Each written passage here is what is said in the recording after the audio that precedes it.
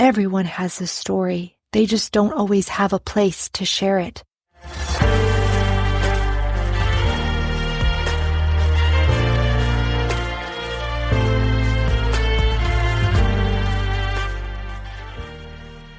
Welcome to I Need Blue, the podcast about to take you on an extraordinary journey where profound narratives come to life, one captivating episode at a time.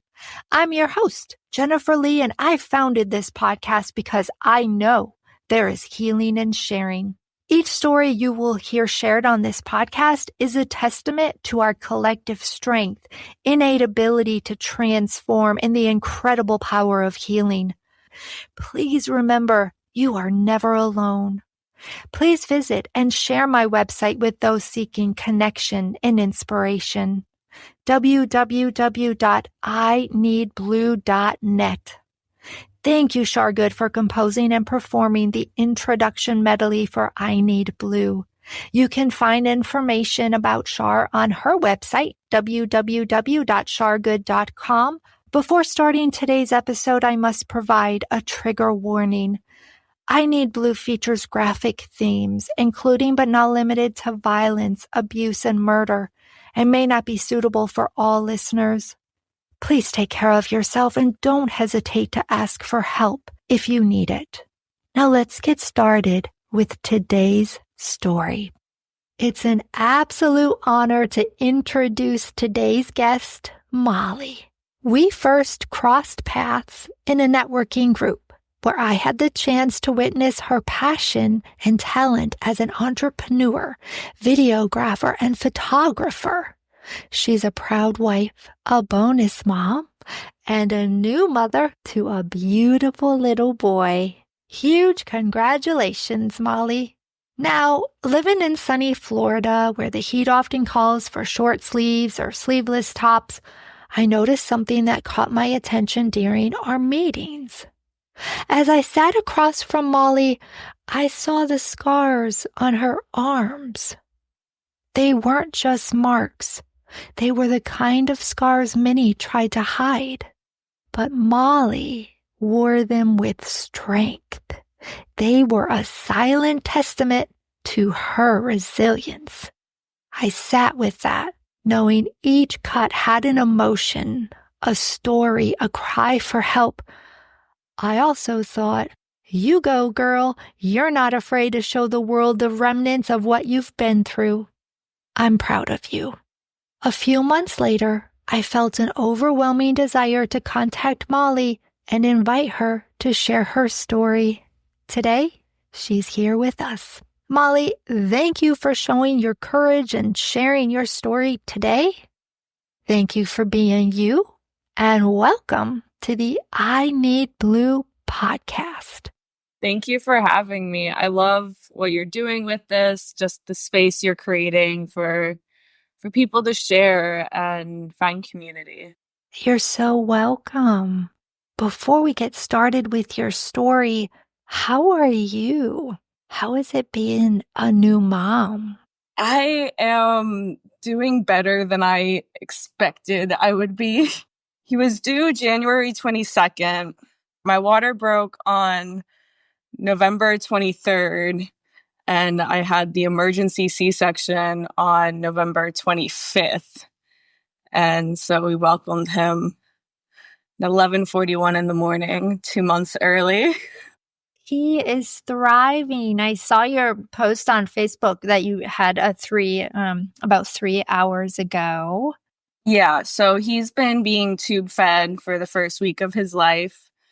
And in the next couple days, we can start working on feeding through the mouth. And by the time he's just discharged to come home with us, he has to be taking all his meals by mouth.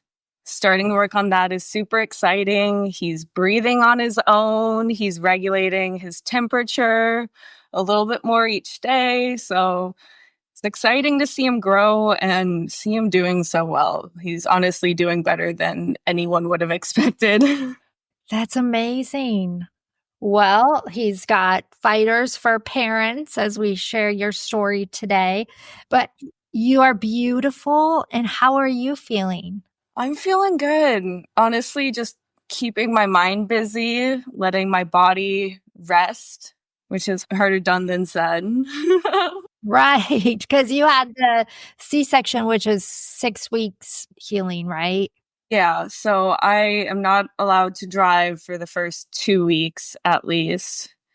And then I'll check in with the doctor who delivered him and see if I'm cleared for more activity or kind of how it's going then. But I feel pretty good. Still sore, still achy, but I'm getting around. So Of course. And I can't wait to hug you, and I can't wait to hug the little guy. I think everybody in Ladies Ablaze, we're all like, oh, that's just so beautiful. We can't wait to hold him. just the support from like the ladies ablaze, just everybody's so amazing and so wonderful. It is my favorite. You know, it's perfectly said when they say small but mighty. Yes. In our conversation, we kind of talked a little bit about your childhood. Now, I will say gymnastics, I used to watch it in the Olympics, and I was like, "Oh, I really wanna do that." And I got to where I could do a cartwheel, and that's as far as I got. Okay, well, cartwheels are difficult. You'd be surprised how hard it is to learn just a cartwheel. Props to you. Good job. Thank you. I can no longer do a cartwheel, but but I can say I did once upon a time. But your childhood, you know, you were very passionate and you loved gymnastics. Yeah, I did. Yeah, tell us about that. When I was a kid, I competed up through the end of sixth grade. I was training level 5 when I quit, which is about halfway through the non professional levels. I was training in the gym 20 hours a week by the time I quit. So I went to school, I went to the gym, and on weekends we'd travel all over to compete during the season. It was my life. I lived, breathed, and ate gymnastics. And a couple years ago, I spent a few years actually coaching gymnasts at the same gym I competed at in my childhood. Wow, so you brought that full circle. That's great. No, it was really awesome being able to step back into the gym kind of more in a leadership role, kind of helping guide and nurture and empower these kids to learn about themselves, learn how to support others, learn how to use their bodies to move, to emote. And it's just really fulfilling. I love that. You know, obviously, at that young age, you were very dedicated, and you were supported, obviously, through your parents because you couldn't drive yourself there and whatnot. But you said that then, you know, you had to stop. Yeah, what happened with that? Honestly, it was all mental. I had so many mental blocks. I couldn't pull myself out of them. And I kind of let my fear stop me. And I'm like, I can't do this. So I did step back and I did retire at that point.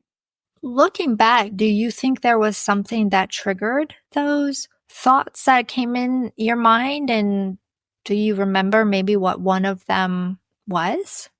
I think a lot of it was related to my outside life because my parents divorced when I was about 9 years old. So this is about 3 years later. I had just turned 12. You know, at that age, you're really starting to see more, realize more, understand more. And, you know, I was transitioning into middle school. I was just totally overwhelmed. And I feel like what caused it, quitting gymnastics, was probably the worst decision I could have made at that point. Hindsight's 2020. Right. But at 12, you just reacted to, I bet, how many 12-year-olds would react. It's a chaotic time. Like my stepdaughter, she's 11 right now. So I'm seeing her kind of starting to go through all the changes. Yeah, you know, let me ask you quickly. So, what is it like then for you to witness your stepdaughter and know what it was like for you at 12? Has it adjusted conversations you have? I definitely hold that like really close when I think about handling her, conversing with her, parenting her. I want to make it really clear, like, look, I'm not your mom, but I'm the motherly figure in this household. She's with us a majority of the time. Usually I'm the one taking her to school, picking her up from school, doing all the things. And her and I are really close, and I'm so thankful for that. Now, going back to you, you were in middle school, having all of these thoughts of, I can't do it. What emotions were you feeling at that time? I felt very isolated. The middle school I went into, most of my elementary school friends went to a different middle school. So I felt very isolated. I felt very lonely. I had found a group of friends at this middle school, but I feel like we didn't have the history in the past, and I was seeing everybody else still hanging out and doing their thing. And I'm just kind of over here like, hi. A lot of my close friendships were in the gym. And once I retired, I really didn't keep those connections either. I no longer have them anymore. And I was just starting to feel more hopeless, feeling alone, feeling like I have to just pull my bootstraps up and keep going and keep working and get good grades and stay strong for my sister and not let anybody know because everyone goes through it. So I just got to get through it. You know, we all put on that happy face, but inside we're just crying. Yeah. Over the course of like seventh, eighth grade, I became introduced to the thought of self harm. And it started out as like little pencil scratches and then just kind of escalated from there over the next year or so. Yeah. And when you say the word introduced, what did that look like for you? I can't remember if it was just hearing about it through the grapevine at school or on the internet, probably a combination of both. I heard about it. It was kind of in my headspace. I remember for a while I knew about it, but like I couldn't think about bringing myself to do it. And I think one day it was in like my home economics class. I was like having a panic attack and snapping the rubber band against my wrist, like digging my fingernails in, just trying to stop the panic attack however I could. And that was kind of how I did it. Did you find community in that? Were there other people you found that were also resorting to dealing with their distress that way? No, I didn't tell anyone. I kind of kept it to myself. I feel like I didn't want people to know because I already felt kind of so to the side. I felt like I had to work so hard just to keep up appearances and keep these few friendships that I had. That was my little secret. That was like a shameful thing. Like I have to do this to try and calm myself down and eventually turn into I'm not worthy. I deserve this. This helps. Like, I don't know what to do besides this. It just became how I expressed my frustration, my depression, my hurt. Yeah. And I had seen the marks on your arms. Were there other areas? Yeah. So my upper arms, my forearms, all up and down my thighs. There's a few on my stomach. If I ran out of room on one arm, I'd just move over. And it got really bad. By my freshman year of high school, I'd be at school and I'd like be wearing leggings and like just from walking around or like I'd go in the bathroom and I'd take a little razor blade out. I'd just walk around the school with like blood matted leggings because I couldn't make it through the day without finding that release. Wow. Did you do it to feel like pain? Yeah, but it also felt good in a way too. Yeah, it was that release. I feel like that was like some sort of control. It was something I could control. that felt good to me. Yep. Let me ask you if this makes sense to you. There was a time when I did not want to have to feel all my emotions. So I went and got my belly button pierced, and they literally just shoved it through the skin, and it hurt. But I longed for the physical pain to distract me from the emotional pain that I was feeling inside. Yep, that's exactly it. That's exactly it. Form of pain to distract me. Absolutely. Yeah. I understand. I feel like a lot of people do in their own way. I feel like a lot of people mask or hide or distract from the real pain and the real problem because they don't know how to deal with it. They don't want to deal with it. So they just mask and distract and use some other form of pain to distract from the actual problem, from the actual healing that needs to be done. So you figured out how to hide it from friends and at school. Yeah, How about hiding it from your parents? I did a really good job at that for a while. And it was actually my freshman year of high school in the fall.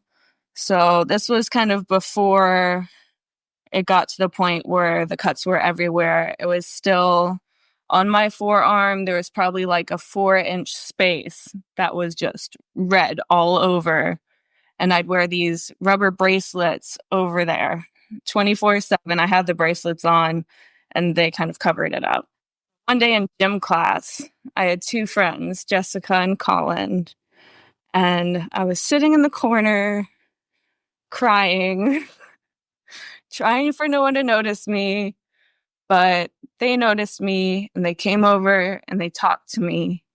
And they were the first people I told about what was going on.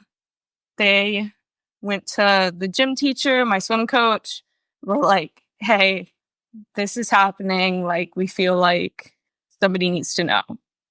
And so that's how my dad found out. Like, he was told by one of the teachers. The way he confronted me about that was he asked me to move my bracelets. And I said, no. And we went back and forth a little bit until he just grabbed my arm and just moved them down himself. And then he just cried. Yeah. So after that, I started therapy. But ultimately, by January of my freshman year, I was Baker acted because nothing was working. They put me on voluntary hold, which was really them saying, sign this or we'll keep you here for a minimum of 30 days. So I was there for 5 days while my parents worked on finding a residential facility for me to get treatment at. Can you explain for the audience what it means to be Baker acted? Yeah, so a Baker Act is basically up to like a 72-hour psychiatric hold.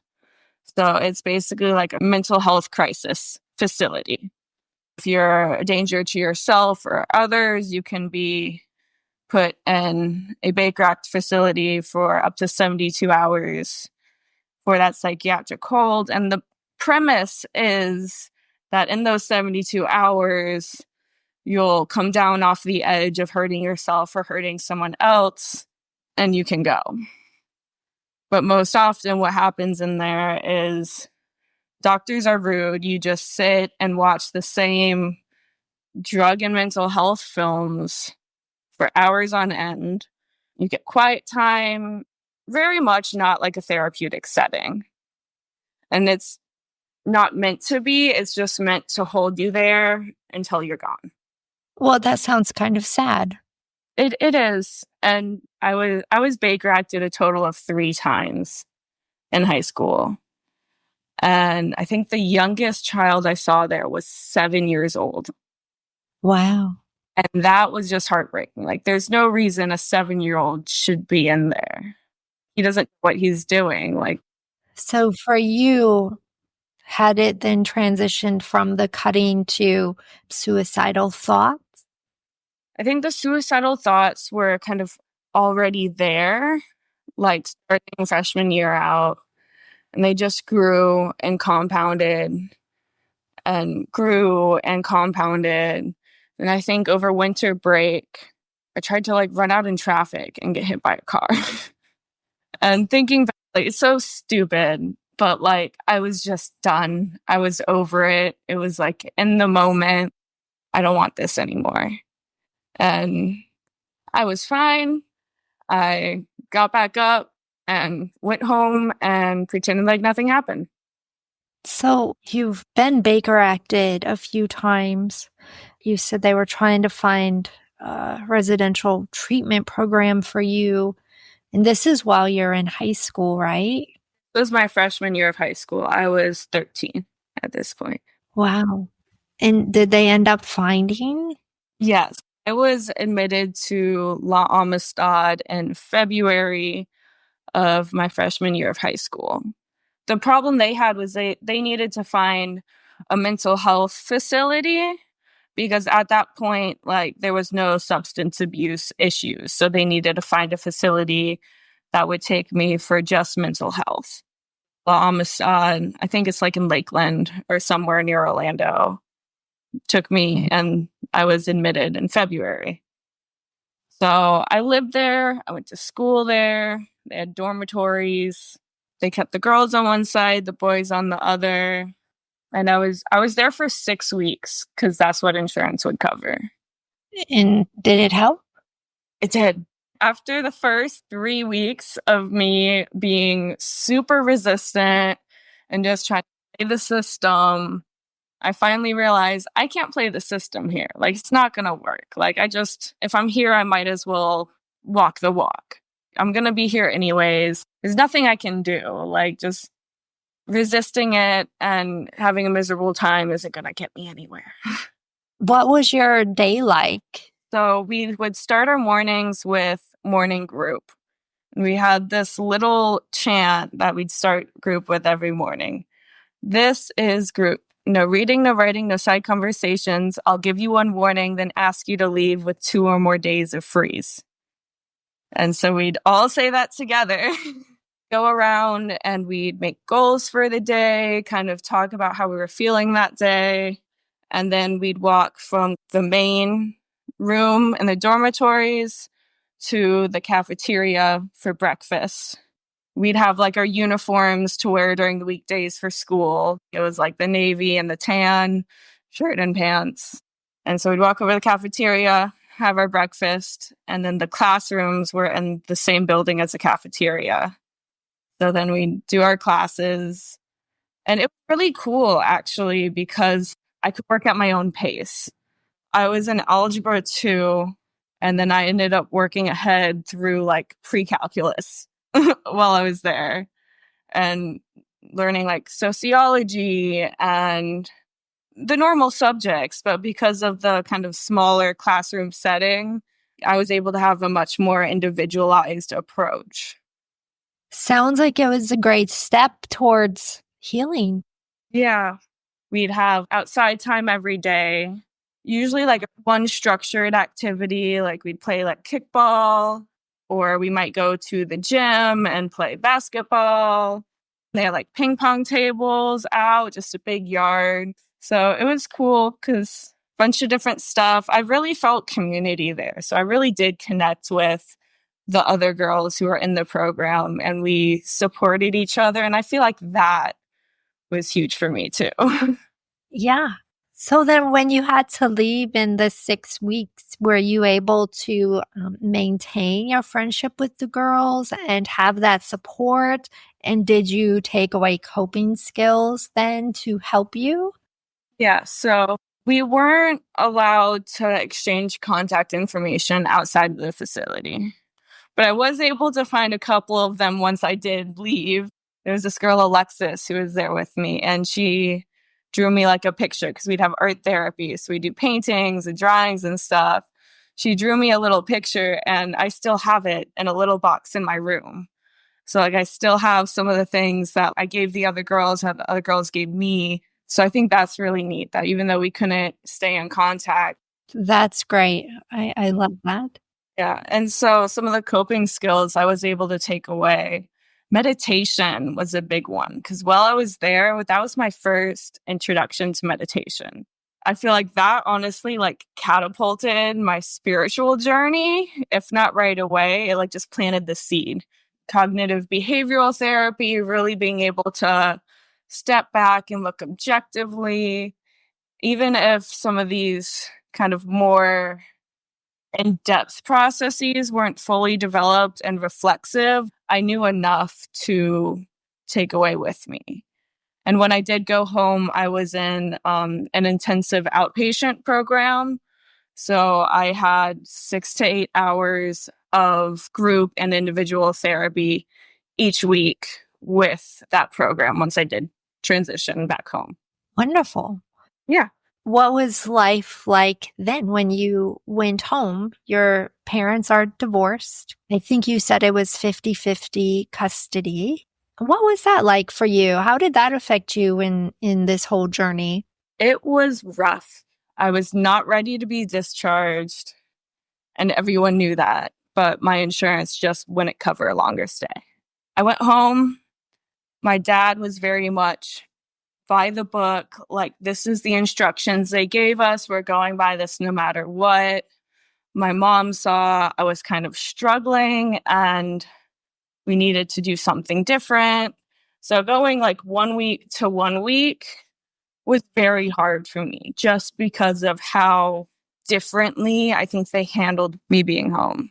And I feel like at that point, my stepmom was really getting sick of me. I kind of was seeing more and more of kind of her little tricks and stuff. And she'd talk bad to me about my mom. And I felt like she was trying to make me think of my mom as this bad person and whatever else. So I was having outbursts and yelling and just not doing good at my dad's house at all. And I just wanted to not be there ever because it was bad when I was. Yeah, and I remember you telling me like when you were at your dad's, like even you weren't allowed to watch TV and what was it, have a phone. Yeah. Like people at school had thought you died. Yeah. They had. And I didn't find that out until the second half of my sophomore year when I actually returned to the same high school I started at. The rules, like at my mom's house, I didn't have a phone either. The main difference was I felt supported at my mom's house and I felt cut off at my dad's house. So I had no phone. I couldn't even email my friends, although I snuck it in. I had one friend that I would email back and forth, Aspen. Him and I, we actually mailed letters to each other when I was in residential. So that was really neat.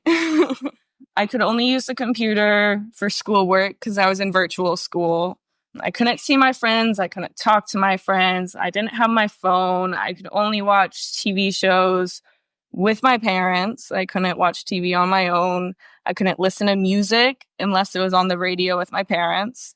So all these things. And I'm a very creative person. So like music and creative expression, like I really felt cut off. And so by the end of that summer, it was August, when I would have been starting my sophomore year of high school, my grandma came down to visit on my mom's side.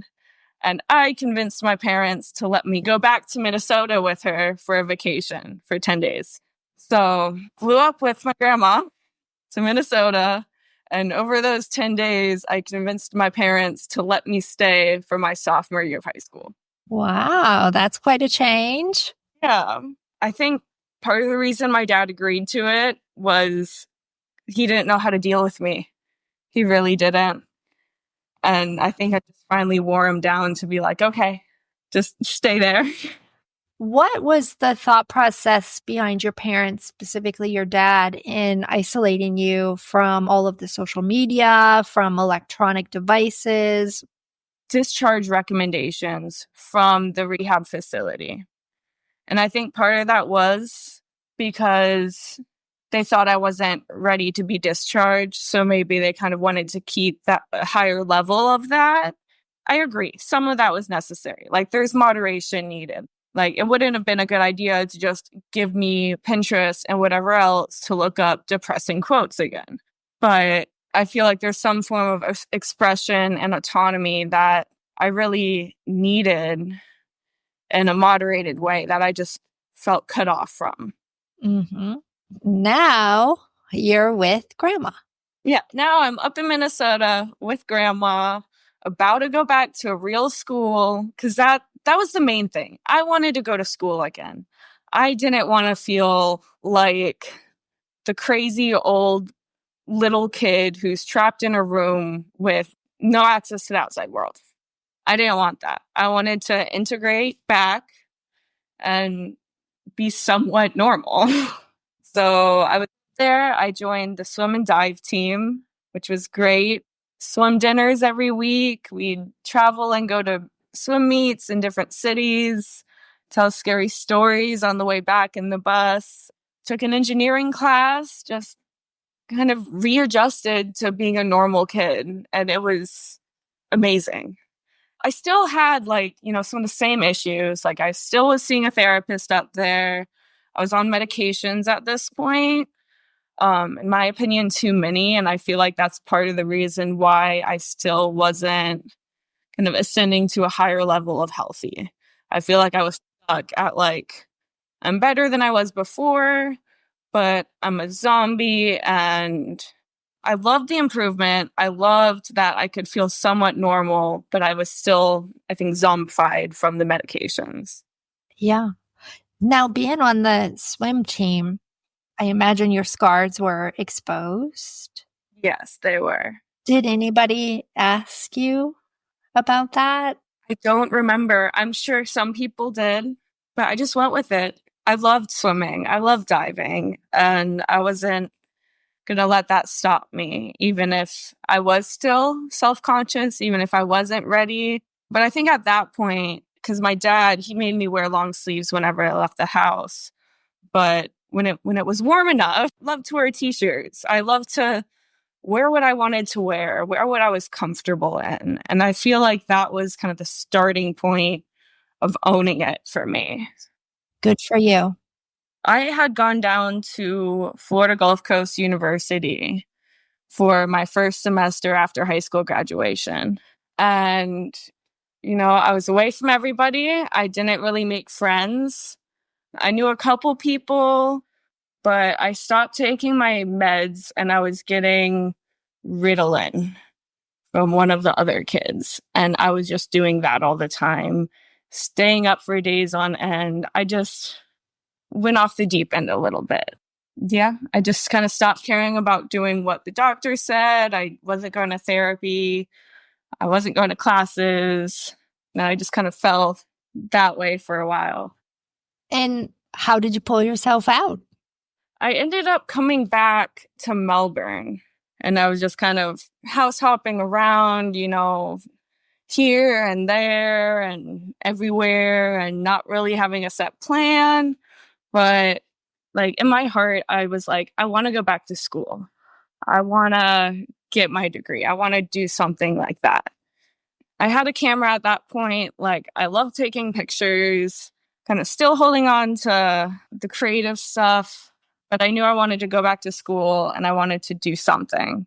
I just slowly started picking up the pieces and trying to get stuff back together. And I was renting a room in a trailer with a friend of mine who's still a good friend of mine today. Then I met my husband that fall after that. And I started working at the gym, just kind of finding myself piece by piece again.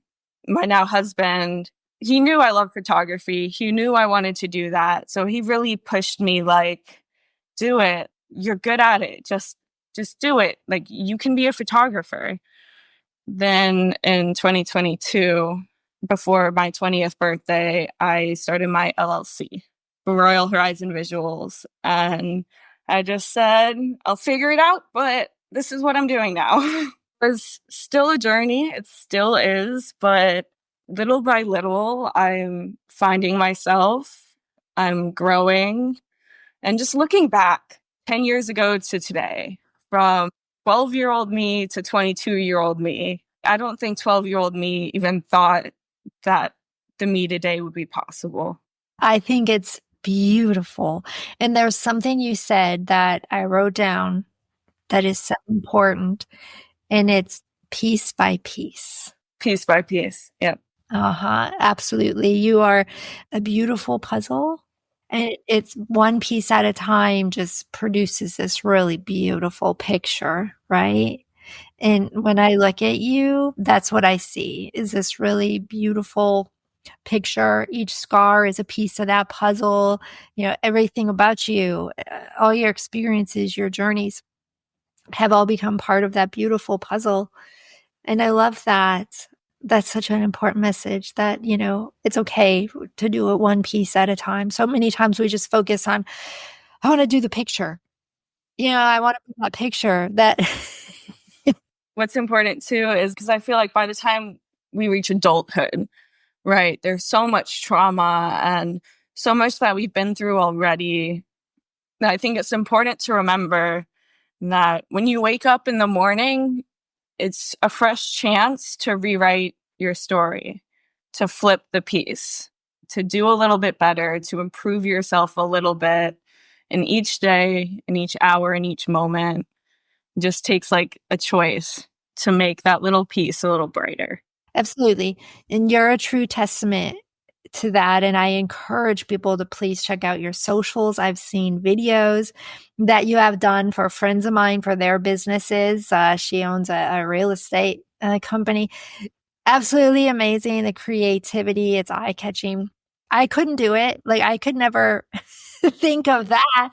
So it's great.